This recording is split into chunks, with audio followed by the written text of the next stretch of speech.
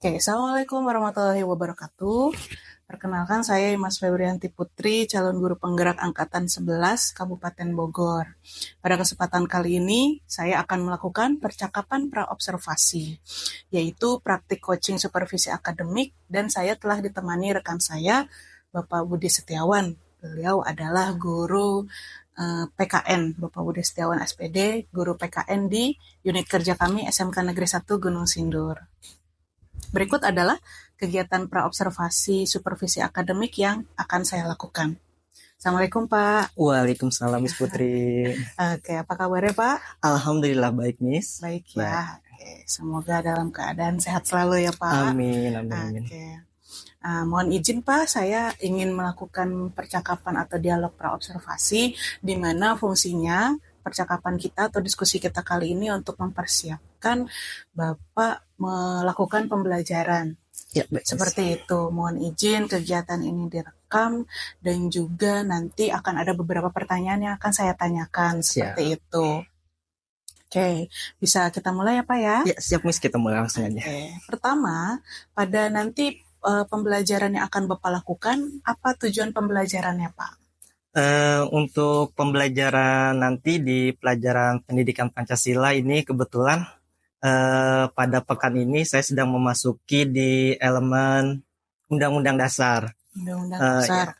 Untuk materinya yaitu tentang demokrasi berdasarkan Undang-Undang Dasar Negara Republik Indonesia tahun 1945. Kemudian untuk tujuan pembelajarannya, peserta didik dapat menganalisis perubahan Undang-Undang Dasar Negara Republik Indonesia tahun 1945. Perubahan analisis Undang-Undang Dasar, oke. Itu tujuan pembelajarannya Pak ya. Selanjutnya, ketika sudah ada tujuan pembelajarannya, apa rancangan pembelajarannya, baik itu strategi, model, atau metode pembelajarannya? Untuk strategi pembelajarannya, nanti saya akan melaksanakan, anak itu dibagi kelompok, tentunya selanjutnya akan berdiskusi, metode diskusi, kemudian untuk model ataupun metodenya, yaitu to stay, to stray. To stay, to stray. Oke, stray. Ada bedanya ya, stay sama stray. Oke, seperti itu ya. Nah, strategi yang Bapak lakukan itu diskusi kelompok, modelnya to stay, to stray. Harus ada ini nih, pelafalannya ya Pak ya. Kalau udah sama gurunya bahasa Inggris ini udah pasti dah. Nah itu dia. Masih ribet juga sih Pak sebenarnya. Oke, kemudian kalau misalkan seperti itu barangkali nanti pembelajarannya ketika dilakukan bisa jadi berjalan dengan baik atau bisa jadi akan ada hambatan atau kesulitan yang Bapak hadapi. Kalau misalkan seperti itu, kira-kira Bapak menghadapinya seperti apa? Untuk hambatan atau kesulitan di dalam pembelajaran pasti ada ya. Itu sudah menjadi bagian di dalam kegiatan pembelajaran. Apalagi kita dihadapkan dengan peserta didik yang memiliki banyak karakter peserta didik. Itu. Nah, kemudian untuk mengatasi kesulitan ini tentunya di dalam pembelajaran di pendidikan Pancasila itu kan memang lebih kepada undang-undang dasarnya. Nah, di mana peserta didik itu harus memahami konsepnya, kemudian memahami hukumnya, memahami dasarnya. Nah, itu. Nah, jadi di dalam pembelajaran hari ini mungkin kesulitannya kepada peserta didik itu terkait dengan konsep dan peraturan hukum yang akan kita pelajari nanti pada saat kegiatan pembelajaran. Kemudian untuk model ataupun strateginya, karena di sini kita menggunakan tadi mode to stay to stray ya, di mana membutuhkan cukup waktu yang banyak juga. Nah itu, jadi mungkin nanti saya akan mengondisikan waktu tersebut dengan sebaik mungkin. Oke, berarti Bapak akan memberikan pendekatan yang juga ketika ada dirasa kesulitan itu muncul, itu nanti Bapak akan mengaplikasikan atau mengimplementasikan metode-metode lain gitu ya, seperti itu. Kalau misalkan bisa lebih detailkan Pak, apa yang Bapak lakukan untuk mengatasi kesulitan? Untuk mengatasi kesulitannya ya tentunya di sini saya akan memberikan bimbingan secara bertahap mengenai model pembelajaran tersebut, apa sih yang harus dilakukan ketika mereka melaksanakan kegiatan pembelajaran. Nah, di awalnya saya akan tentunya memandu peserta didik dalam menganalisis permasalahan, kemudian mencari solusi terkait dengan permasalahan yang ada. Selain itu, selanjutnya saya juga akan memberikan mereka lebih banyak kebebasan untuk mengasah kemampuan berpikirnya. Nah, selanjutnya untuk mengatasi tadi ya terkait dengan keterbatasan waktu, saya juga akan membagi materi menjadi beberapa topik. Jadi karena tadi di awal kita sudah membentuk kelompok, nah jadi anak itu nanti diberikan materi yang berbeda-beda untuk membahasnya, submaterinya. Nah, di situ kemudian memberikan batasan waktu yang tepat terkait dengan kegiatan yang dilaksanakan dalam pembelajaran. Siap, oke. Sepertinya ini ya akan menjadi suatu proses pembelajaran yang menarik nih Pak ya. Insya Allah. Oke, terus saya mau tahu juga nih apa kira-kira media pembelajaran atau alat-alat pendukung lain yang Bapak akan gunakan? Untuk pembelajaran nanti media yang akan saya gunakan di sini tentunya laptop seperti biasa ya, kemudian proyektor, ada lagi untuk bahan tayangnya itu berupa PowerPoint, kemudian selanjutnya diberikan juga lembar kerja LKPD-nya. LKPD-nya berisi tentang biasalah pertanyaan-pertanyaan yang tadi submateri yang diberikan yang harus diselesaikan oleh peserta didik melalui diskusi kelompok. Oke. Setiap kelompok ada LKPD-nya masing-masing ada gitu ya? Ya. Oke. Terus kompetensi apa yang akan Bapak kembangkan dari kegiatan ini? Untuk kompetensi yang akan dikembangkan tentunya di sini mencangkup kompetensi pengetahuan, kemudian keterampilan, kemudian sikap. Nah, untuk pengetahuan di sini peserta didik dapat memahami perubahan Undang-Undang Dasar 1945 serta memahami bagaimana proses terjadinya perubahan undang-undang atau amandemen. Itu terkait dengan pengetahuannya. Kemudian untuk sikapnya di mana peserta didik ini dilatih untuk saling menghargai pendapat ketika mereka melaksanakan proses diskusi itu sendiri. Dan untuk keterampilannya melatih kemampuan untuk berkomunikasi secara efektif dalam kegiatan berdiskusi, kemudian bagaimana cara mereka menyampaikan pendapat melalui presentasi nanti. Oke. Nah, siap kalau begitu. Mungkin selanjutnya saya akan bertanya lebih detail kegiatan pembelajaran yang tadi kita diskusikan itu akan dilaksanakannya kapan, Pak? Untuk pelaksanaannya di minggu depannya. Ini tepatnya di hari Jumat, itu di tanggal 25 Oktober, di jam ke-5 dan ke-6, itu di kelas 11 TJKT 3. Kelas 25 Oktober, jam 5 ke-6 di kelas 11 TJKT 3. Oke. Baik, kalau begitu Pak, nanti di hari tersebut ya, di jam pelajaran ke-5 dan ke-6 itu sekitar jam ini ya habis istirahat pertama. Habis istirahat pertama, betul sekali. Oke. Nah, saya mohon izin akan datang ke kelas Bapak, saya akan melakukan supervisi, melihat dan juga mencatat hal-hal yang terjadi nanti di dalam kelas. Siap, Miss, baik-baik. Ya. Oke. Nanti juga untuk observasinya, itu kan nanti ketika saya ke kelas itu observasi Pak. Nah setelah itu akan ada kegiatan pasca observasi, nanti kita diskusi lagi, mohon izin untuk direkam dan juga nanti saya akan didampingi oleh pengajar praktik saya. Seperti itu ya Pak ya? Iya baik seperti. Kalau seperti itu saya ucapkan terima kasih karena Bapak sudah bersedia untuk saya tanya-tanya nih berkenaan dengan kegiatan pembelajaran yang akan Bapak lakukan. Sampai ketemu lagi di kegiatan observasi apa ya? Siap, Miss. Ditunggu nanti. Oke, baik. Sekian wawancara praobservasi yang saya lakukan. Semoga nanti akan diberikan kelancaran juga di kegiatan observasi dan juga pasca observasinya. Amin, amin. Assalamualaikum warahmatullahi wabarakatuh. Waalaikumsalam warahmatullahi wabarakatuh.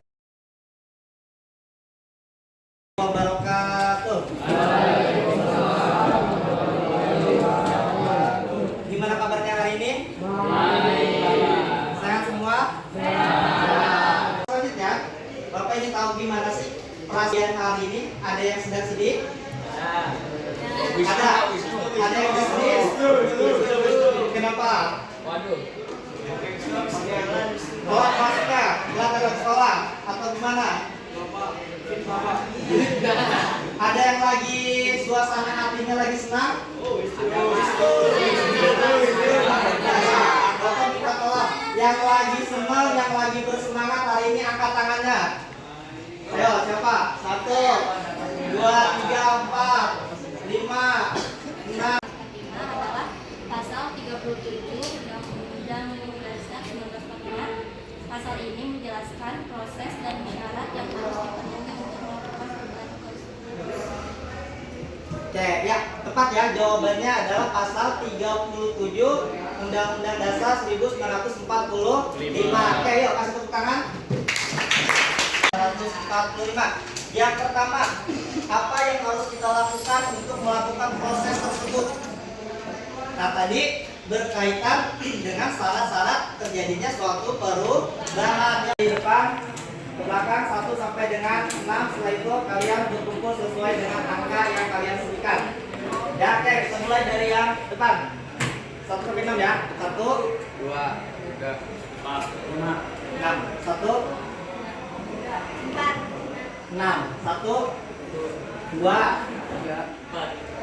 5, 6. Belakang 1, 2, 4, 6. Belakang enak mungkin biar kalian bisa diskusinya lebih maksimal. Tarik videonya. Akan bagikan masing-masing kelompok LKPD-nya, lembar kerja besar dirinya. Di sini ada petunjuknya di mana kalian sudah terbentuk dalam kelompok, itu sudah. Kemudian di sini ada materi atau 6 topik yang harus kalian kerjakan, tapi kalian hanya mengerjakan sesuai dengan kelompok kalian masing-masing. Hanya mengerjakan satu topik ya, tidak usah semuanya dikerjakan sesuai dengan kelompok kalian masing-masing. Dan tadi sekali lagi Bapak ingatkan, tolong persiapkan 2 orang untuk nanti presentasi ya, dipersiapkan. Waktu kalian mengerjakan 20 menit dari sekarang ya. Waktu kalian mengerjakan, ingat 20 menit. Kita ada waktu kurang lebih 35 menit lagi menjelang jam pelajaran selesai. Jadi waktu diskusi kalian 20 menit, kemudian nanti akan ada presentasi, baru kita rencana kalian kesimpulan. Yuk, jadi gunakan waktu semaksimal mungkin untuk mengerjakannya. Presiden maupun presiden bisa memegang jabatan sama dengan menjelaskan bahwa DPR memiliki tugas untuk membuat undang-undang dalam menjalankan tugasnya.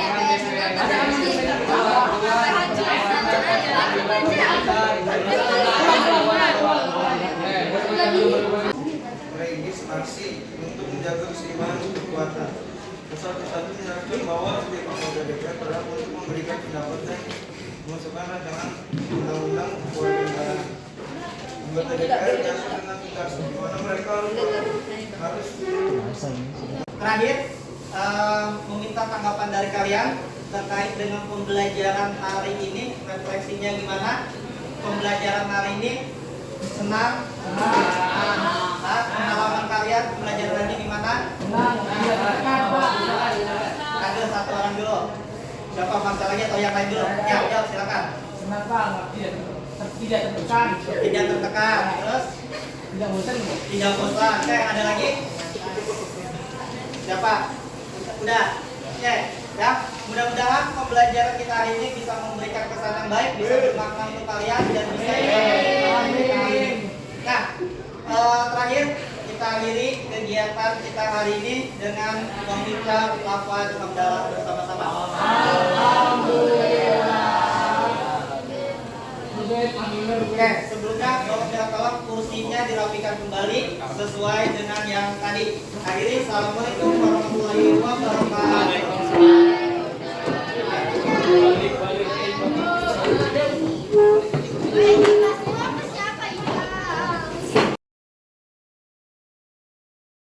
Assalamualaikum warahmatullahi wabarakatuh.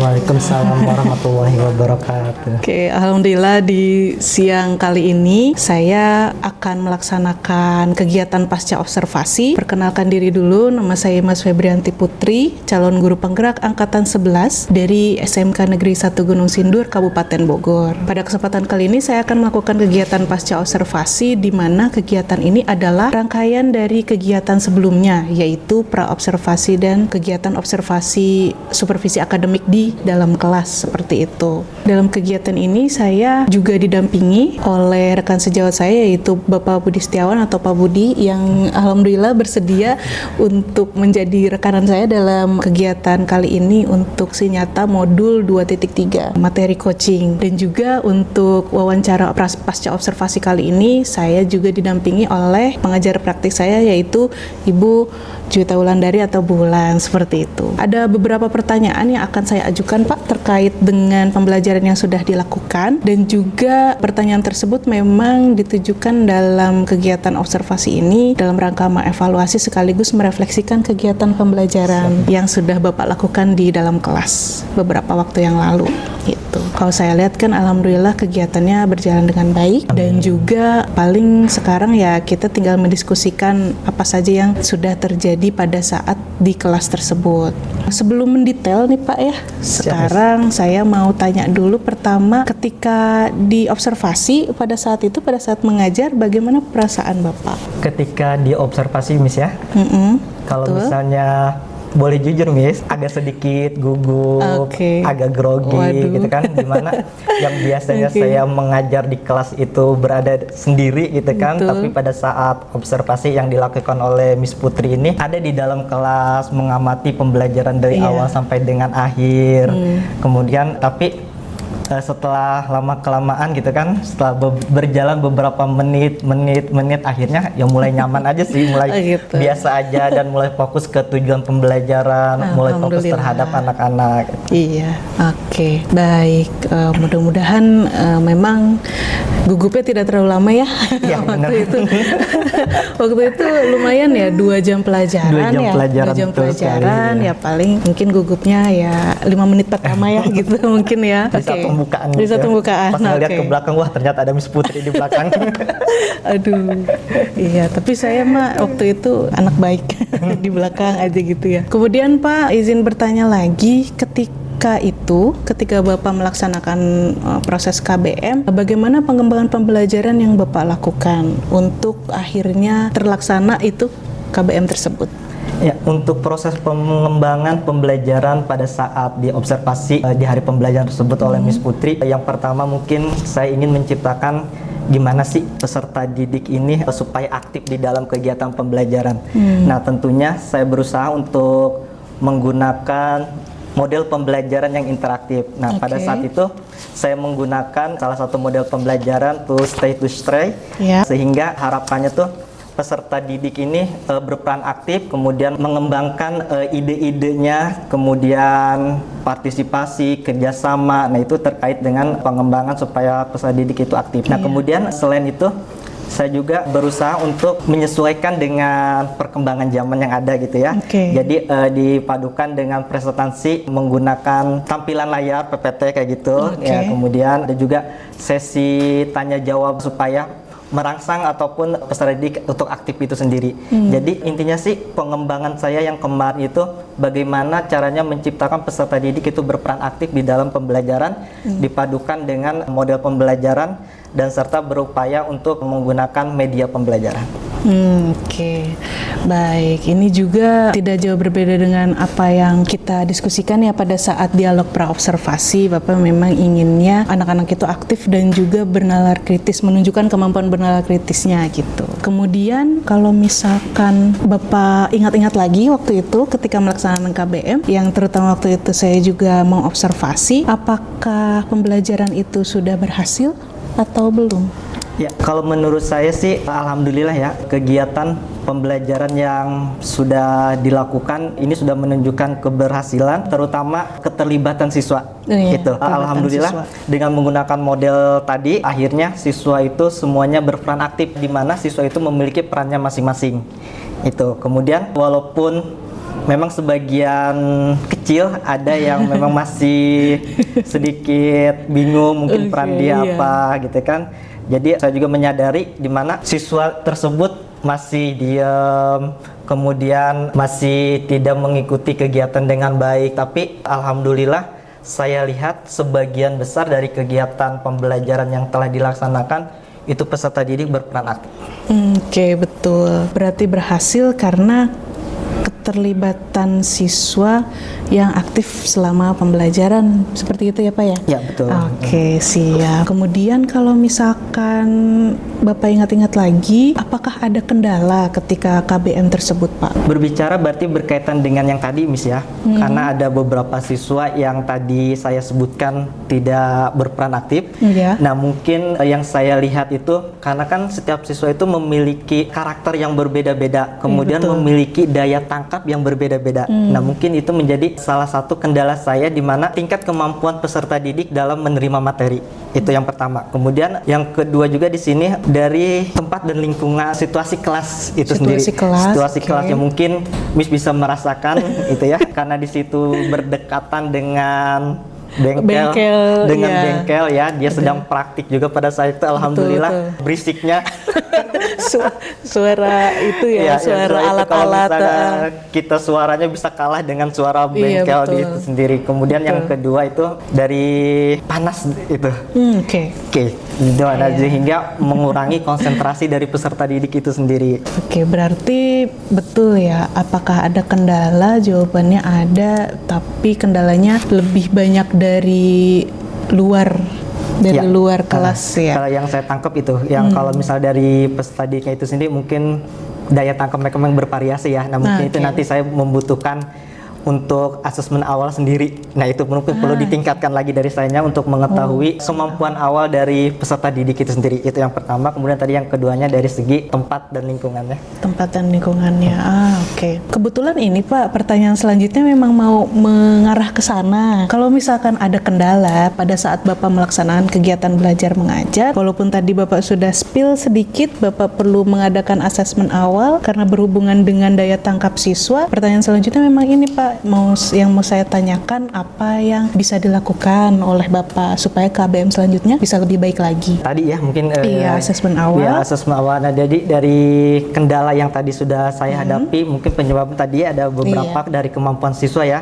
Kemungkinan mungkin disebabkan dari latar belakang pemahaman yang berbeda. Kemudian ada yang mungkin dari siswa itu belum memahami memang materi yang sedang diajarkan, sehingga akhirnya itu peserta didik kurang fokus di dalam pembelajaran itu sendiri. Nah mungkin dari sinilah saya berusaha untuk bagaimana saya menyikapi, bagaimana saya melakukan pembelajaran itu di asesmen awal tadi. Oke. Kalau misalkan mungkin asesmen awalnya dilakukan, Bapak akan bisa bisa mendapatkan gambaran. Oke, siap. Tingkat dari kemampuan dari siswa itu sendiri. Iya, betul. Pak, alhamdulillah. Berarti Bapak punya bayangan untuk langkah selanjutnya ya. Lalu, apa saja faktor pendukung lainnya barangkali yang menurut Bapak bisa membantu untuk pelaksanaan KBM selanjutnya itu bisa berjalan dengan baik? Mungkin tadi selain dari saya akan berusaha untuk mempersiapkan asesmen awal, ya untuk pendukung lainnya di sini mungkin saya akan lebih meningkatkan model dan pembelajaran yang lebih efektif lagi. Itu yang pertama. Kemudian selanjutnya dari media pembelajarannya mungkin nanti bisa menayangkan video juga, kemudian bisa menayangkan infografis ataupun dengan menggunakan aplikasi-aplikasi yang mendukung pembelajaran. Itu seperti mungkin bisa menggunakan Quizzes, kemudian bisa menggunakan word wall kayak gitu. Nah, kemudian kita juga di sini mungkin berkolaborasi biasanya ya, karena di sini saya PKN itu ada 3 guru. Nah, nanti saya bisa saling menguatkan berkait dengan kegiatan pembelajaran apa sih yang harus kita lakukan supaya partisipasi dari peserta didik ini aktif, supaya pembelajarannya mereka itu fokus terhadap apa yang kita ajarkan. Nah, itu kemudian model-model apa aja sih yang tepat untuk materi yang kita ajarkan, karena kan biasanya kan setiap materi tentunya berbeda-beda model pembelajarannya, dan bahkan di sini kan ada beberapa jurusan juga Miss ya. Jadi mungkin setiap jurusan pasti kan berbeda-beda, tidak bisa kita ternyata model yang ini di kelas ini berhasil tapi di kelas satunya lagi belum tentu sama hasilnya. Nah, itu yang perlu saya pelajari lagi terkait dengan penggunaan model pembelajaran yang tepat. Kalau begitu bisa saya simpulkan Bapak akan ini ya, mencoba mencari model pembelajaran yang lebih variatif.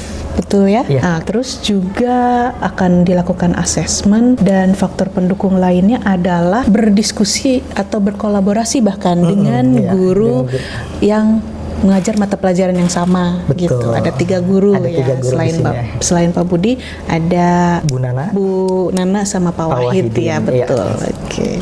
Ya. Oke.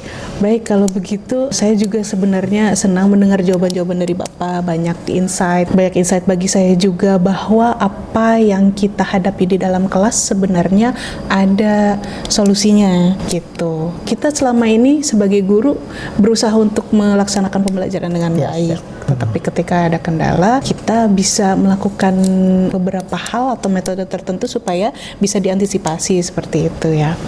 Oke, mungkin sebelum saya lanjutkan ada lagi yang perlu Bapak sampaikan atau mau Bapak tambahkan dari jawaban-jawaban yang tadi? Sepertinya cukup sih Miss itu, karena memang saya fokusnya untuk saat ini memang bagaimana sih supaya peserta didik itu lebih terlihat aktif. Peserta didik itu lebih fokus dalam pembelajaran itu. Nah, itu karena pada saat saya masuk di SMK ini itu kan ternyata berbeda dengan sekolah saya sebelumnya. Itu nah, di sini tuh anak itu benar-benar harus dirangsang keaktifannya. Nah, iya. Itu. Nah, berarti di sini PR saya gitu kan, bagaimana menciptakan suasana pembelajaran yang aktif dan menyenangkan. Tentunya dengan menggunakan tadi kalau saya sih baru terfokusnya kepada penggunaan di model pembelajaran. Siap. Pembelajaran. Oke, baik Pak Budi. Sebelum saya lanjut, saya ucapkan terima kasih karena sekali lagi pada saat itu saya merasa pembelajaran Bapak juga berjalan dengan baik. Ada beberapa hal juga yang saya bisa adaptasi mungkin ke kelas saya nanti ya, seperti itu. Nah, untuk selanjutnya ini saya mohon izin untuk menyampaikan hasil observasinya. Pak ya. Saya sudah coba, ini ada lembar observasi pembelajaran di kelas, saya sudah isi dan juga saya akan menjabarkannya melalui 3 hal. 3 hal utama, 3 hal pokok ya Pak ya. Dari 3 hal tersebut, pertama aspek pembelajaran berdiferensiasi, aspek pembelajaran yang di dalamnya terdapat kompetensi sosial emosional dan juga budaya positif gitu. Dilihat dari awal ketika Bapak memulai kegiatan belajar mengajar itu kan Bapak saya lihat mengajak anak-anak berdoa, menanyakan kabar gitu, nggak yang langsung buru-buru oke, hari ini belajar ini, nggak kayak gitu ya. Gitu. Nah, itu kan sebenarnya saya merasa itu adalah hal yang bagus, itu adalah budaya positif yang memang diterapkan di kelas supaya anak-anak juga mungkin bisa lebih siap menerima pembelajaran gitu ya. Kemudian di tengah-tengah pembelajaran Bapak juga memberikan ice breaking dan juga secara personal, secara pribadi Bapak sendiri gitu, engagement itu apa ya? Benar-benar melibatkan. Bapak itu melibatkan anak dan juga Bapak juga terlibat gitu. Setidaknya dalam bentuk ketika anak itu sedang melaksanakan stay itu Bapak tidak yang melepas tapi mendatangi beberapa siswa gitu. Kalau pendapat saya ketika guru datang secara pribadi ke siswa gitu, mendekati itu kan nanti siswa juga akan ada kesempatan untuk bertanya jika tidak paham gitu ya. Dan juga mengarah ke akhir pembelajaran Bapak juga sudah melakukan ini refleksi, dan itu refleksinya tidak hanya satu arah dari Bapak tapi menanyakan ke siswa bagaimana perasaannya, bagaimana setelah pembelajaran hari ini, apa yang kalian pahami, apa yang kalian rasakan. Nah, itu juga kan itu ya ditampilkan oleh Bapak gitu. Kalau seperti itu juga kan kena juga ke kompetensi sosial emosional mereka, di mana saya juga menemukan ada KSE, kesadaran diri dan manajemen diri yang akhirnya muncul dari siswa. Kalau ditanya kabar mereka bisa jawab, oh ya hari ini ada yang lagi senang, ada yang lagi sedih, ada yang paham, ada yang tidak paham gitu. Tapi juga ada satu bagian di pembelajaran Bapak yang pada saat pertanyaan pemantik gitu kan berarti ada Bapak itu menawarkan siapa yang bisa menjawab gitu. Itu kan berarti muncul KSM manajemen diri dari siswa. Kalau mereka berani berpendapat, berani menjawab, itu mereka punya wadah untuk menunjukkannya gitu. Dan juga ya pastinya ketika Bapak membentuk kelompok, ketika Bapak menerapkan metode to stay to stray, mereka berlatih untuk menggunakan KSE keterampilan berelasi. Nah, itu muncul semua kan ya Pak ya. Ini juga nih tadi sempat ada beberapa kali ya kita berbicara tentang asesmen awal yang seperti itu. Saya akan terakhir menyampaikan hasil observasi berkaitan dengan pembelajaran berdiferensiasi. Memang untuk kesiapan belajar kita perlu bukan hati-hati. Setidaknya punya data untuk mengetahui kesiapan belajar anak-anak seperti apa. Punya data secara umum iya, punya data detail di siswa di kelas itu ada 36-nya, kita punya 36-nya itu lebih baik, tapi kan secara bertahap dulu ya gitu. Tapi saya merasa kelas Bapak juga pembelajaran berdiferensiasinya sudah muncul di ketika menyajikan materi, Bapak menyajikan materi dalam bentuk visual, materinya diperlihatkan, Bapak juga menjelaskan, dan juga ada video juga. Menggunakan video betul ya waktu itu ya ada ya? Ada. Gitu. Berarti kan materi dalam bentuk audio visualnya, multimedianya ada. Kemudian siswa bisa membaca dan mendengar penjelasan tentang materi kan ya kalau misalkan seperti itu. Nah, termasuk pada saat kegiatan to stay to stray itu kalau yang mereka belajarnya visual kan Bapak menyiapkan LKPD. Nah, terus dengan metode to stay to stray itu kan mereka dapat penjelasan lain dari temannya yang menjelaskan materinya, ringkasan materinya. Itu kan kalau misalkan ada siswa yang metode belajarnya audio, ya kan FARC ya, video, audio, kinestetik. Kalau misalkan ada siswa yang lebih paham diceritain daripada membaca gitu, nah kan itu terfasilitasi juga. Seperti itu. Berarti ya di antara ketika 2 jam pelajaran saya mengamati pembelajaran Bapak, 3 aspek itu sudah muncul sebenarnya gitu. Dan untuk berhasil tidak berhasilnya tadi sudah kita diskusikan ya Pak ya, intinya mah berhasil gitu ya. Tinggal nanti ada peningkatan lagi di KBM selanjutnya. Terus untuk catatan tambahan, barangkali untuk KBM selanjutnya dari saya ada beberapa nih Pak, nggak banyak sih. Pertama, mungkin Bapak harus lebih memberikan kesempatan untuk anak-anak itu ada kayak misalkan mereka kalau belum paham diberi kesempatan untuk bertanya. Gitu. Kalau misalkan teori, terutama teori tentang PKN, mungkin itu banyak istilah-istilah yang saya juga perlu verifikasi dari Bapak. Mungkin banyak materi tentang teori yang banyak istilah-istilah rumit gitu ya. Oke, barangkali mereka butuh untuk diberi penjelasan tambahan. Jadi mungkin bisa memberi ruang bagi siswa untuk bertanya kalau misalkan belum paham gitu. Kemudian untuk yang presentasi tadi ada presentasi ya setelah to stay to stray itu kan ya. Nah, ketika itu saya melihat Bapak menggunakan spin the wheel untuk apa? Pengocokan siapa yang maju presentasi gitu. Pertama itu. Oke. Nah, barangkali nanti ketika materinya lebih landai atau ya materi apapun tidak berdasarkan materi juga tidak apa-apa, untuk lebih menunjukkan kompetensi sosial, keterampilan berelasi dan manajemen dirinya, gimana ya? Tadi memang Bapak sudah bilang sih, anak-anak itu perlu dipancing keaktifannya, tapi barangkali tanpa perlu spin the wheel itu, mereka bisa inisiatif sendiri gitu. Okay, mereka seperti itu. Kemudian untuk ada istilah seperti ini Pak, dulu saya belajar ada istilah time of task. Jadi ketika ada penugasan, kita idealnya memprediksi waktu yang ideal untuk dialokasikan bagi siswa mengerjakan itu yang cukup tuh berapa gitu. Kalau kemarin sih secara penempatan waktu itu ya mendekati waktu sholat Jumat juga. Tapi barangkali di kesempatan lain atau di kelas yang lain time of task-nya itu bisa lebih, kalau dilonggarin mungkin anak-anak jadi bosan atau nyantai ya. Cuman mungkin ada idealnya gitu yang mereka juga tidak terlalu lama supaya mereka nggak merasa nyantai, atau apa namanya, Waktunya masih lama atau gitu ya. masih, atau malah jangan diburu-buru juga siswanya gitu. Ini saya merangkai katanya enak. Bapak kira-kira catatan saya tadi mungkin bisa dipahami atau bagaimana Pak? Bisa siap. ya. Oke, memang tadi Oke. punten ya. Jadi Iya. saya kepotong dikit. Memang kalau Boleh. misalnya berbicara tentang manajemen waktu, nah itu terkadang terlalu asik di dalam kelas ataupun oke. terkadang melihat ada memang yang karena tadi ya kembali lagi ke daya tangkap anak-anak gitu. Oke. Ada yang memang cepat, ada yang memang agak sedikit lama. Nah itu jadi terkadang yang lama ini kalau misalnya kita beri waktu sekian kayaknya kurang, Betul. dikasih waktu yang lama, kasihan yang cepatnya dia udah selesai akhirnya tadi nyantai oke. juga. Nah itu manajemen waktu saya memang yang memang perlu peningkatan terkait Memang dengan perlu manajemen waktunya. peningkatan. Oke. Untuk hal manajemen waktu ini, apa yang Bapak rencanakan untuk Bapak jadikan referensi ke depannya? Terkait dengan manajemen waktu yang pastinya berarti sih tadi ketika membuat rencana pembelajaran itu benar-benar mempertimbangkan dari aspek peserta didiknya, kemudian dari aspek muatan materinya juga.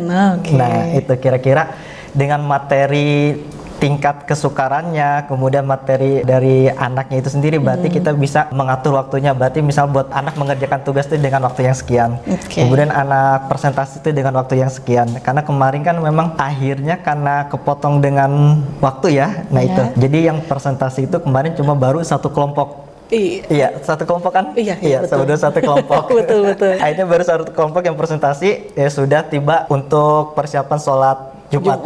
iya. Untuk persiapan sholat Jumat. Gitu, yaitu beberapa faktor yang bisa mempengaruhi ya perjalanan KBM kita, tapi tadi Bapak juga sudah punya rencana ke depan seperti itu untuk mempertimbangkan tingkat kesukaran materi dan juga tingkat pemahaman dari siswa yang ada di kelas seperti itu. Baik Pak, kalau seperti itu saya rasa dialog pasca observasi ini bisa dicukupkan, tapi saya mau tanya lagi. Siap-siap. Satu lagi aja ya. Bagaimana kesan Bapak ketika kita tadi sudah mendiskusikan hasil ketika kita tadi sudah berdiskusi tentang KBM yang telah Bapak lakukan pada kegiatan pasca observasi kali ini?